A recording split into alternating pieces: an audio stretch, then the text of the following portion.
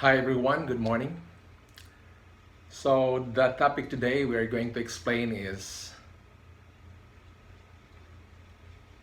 what is the incubation period of COVID-19 and what are the symptoms of COVID-19. We are going to compare now what are the signs and symptoms of COVID-19 compared to influenza virus or influenza, the flu, because there are manifestations that mimic. But first, what is the incubation period of COVID-19? So it appears that symptoms are showing up in people within 14 days of exposure to the virus. But there are testimonials coming from China. They said it's not just 14 days, but for at least 14 to 21 days, you're going to find out in order for you to identify. Because based on the study finding now, COVID-19 is asymptomatic also. So what are the symptoms of COVID-19? COVID-19 symptoms include, we have cough, the three cardinal signs and symptoms of COVID-19. Fever, difficulty of breathing or dyspnea, and at the same time, there is what we call a shortness of breath. Now, how to identify the signs and symptoms, whether you're suffering from flu or coronavirus. Now, we are going to compare. Flu or influenza virus will cause the manifestations of fever. There is a fever. Now, when you will say fever, once if you are going to test with a thermometer, if that's 38 degrees Celsius, meaning you're febrile, you're suffering from fever. Then you have cough. Basically in flu, if you have cough, there's a phlegm. And then there's sore throat. There's runny nose or stuffy nose. And you are going to complain, muscle and body aches or body malaise. There will be headaches. And you will feel tired or there's fatigue. But in coronavirus, the cardinal signs and symptoms are, we have fever, cough. Basically, cough here in coronavirus don't accompany with phlegm. So that's dry cough. We have shortness of breath or difficulty of breathing. In a medical term, they use that as dyspnea. So those were the three cardinal signs and symptoms of coronavirus. Again, fever, cough, dry cough without phlegm, there is difficulty of breathing, or complaint of shortness of breath. Now, in rare cases, COVID-19 can lead to severe respiratory problems. And it will lead to kidney failure or death. So that's why if you are going to read the findings before the patient suffering from COVID-19 die, they will suffer from multiple organ failure because complications may happen. Now, if you have fever or any kind of respiratory difficulty, such as coughing or shortness of breath, you are going to call your doctor immediately or any healthcare provider and explain your symptoms over the phone before you're going to go to the doctor's office, because there is urgent care facility or emergency room prepared for that one.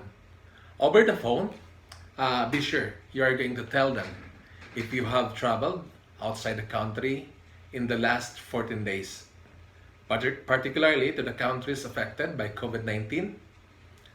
We have in the list currently the China, the country now originated from this virus.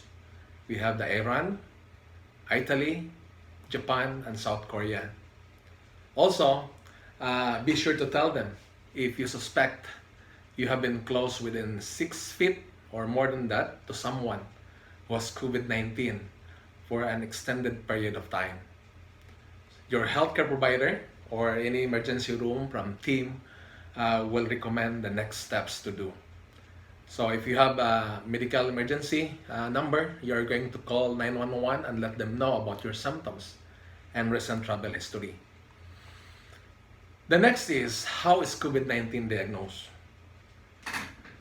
Uh, Diagnosis may be difficult with only a physician exam, or we have the physical examinations done also with the help of the nurses and the doctor, because mild cases of COVID-19 may appear similar to the flu or a bad cold. A laboratory test can confirm the diagnosis. So we have the laboratory examination for COVID-19 to detect whether you're positive or you're negative. Now, after that, how is COVID-19 treated? As of now, there is not a specific treatment for the virus. People who become sick from COVID-19 should be treated with supportive measures. Those that relieve symptoms for severe cases. There may be additional options for treatment, including research drugs and any therapeutics.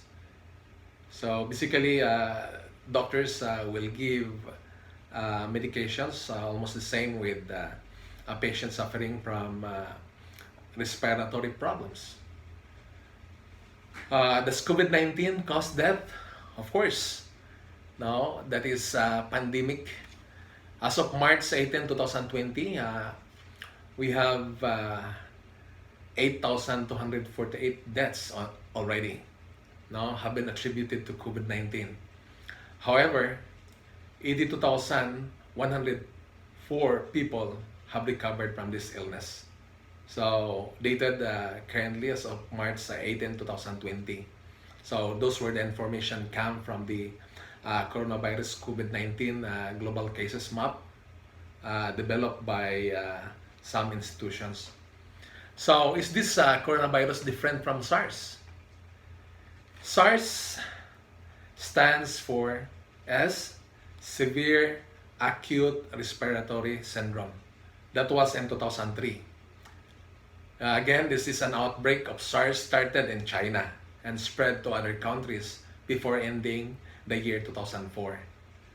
The virus that causes COVID-19 is similar to the one that caused the 2003 SARS outbreak. Both are type of coronaviruses. Much is still unknown, but COVID-19 seems to spread faster than the 2003 SARS and also may cause less severe illness. So not compared to the coronavirus, that the spread of the invading microorganism, which is the virus, is very fast and very high. So how do you protect yourself from this coronavirus? So the Center for Diseases Control and Prevention, what we call the CDC, has these suggestions. Now, all over, no, almost the same. If how you are going to protect yourselves from any infection. First is you are going to wash your hands frequently and thoroughly for at least 20 seconds. After that, you are going to use alcohol-based hand sanitizer if soap and water aren't available. Second, you are going to cover your mouth when you are going to cough and sneeze with a tissue. Then you are going to throw the tissue to the trash. Avoid touching your eyes, nose, or mouth with unwashed hands. You are going to stay home when you are sick. Even if you're not sick, especially nowadays, we have plenty of executive orders from the Department of Health that you are going to stay home, do home quarantine, self-quarantine, now to find out, to identify, and then to cut the spread of this disastrous microorganism, which is the COVID virus. You are going to clean the last and disinfect surfaces and other object people frequently touch. So those public surfaces or to those surfaces inside at home that is always touched by the hands of the person, you're going to disinfect that one. So what are the precautions for coronavirus? You know, several health agencies in China and other countries, including the Centers of Disease Control, the CDC, in the United States and the World Health Organization, or WHO, are keeping a careful eye on this illness and taking steps to prevent it from spreading. So as of now we are going to stay in tune because there are many updates day by day regarding coronaviruses, how to prevent the spread, how to avoid yourselves from contracting this disease because this is contagious. So if you have comments, if you have any suggestions, you're free to do comments. So that is all for now regarding the part 2 of our discussions about coronaviruses. And all for now. Have a good day. Thank you.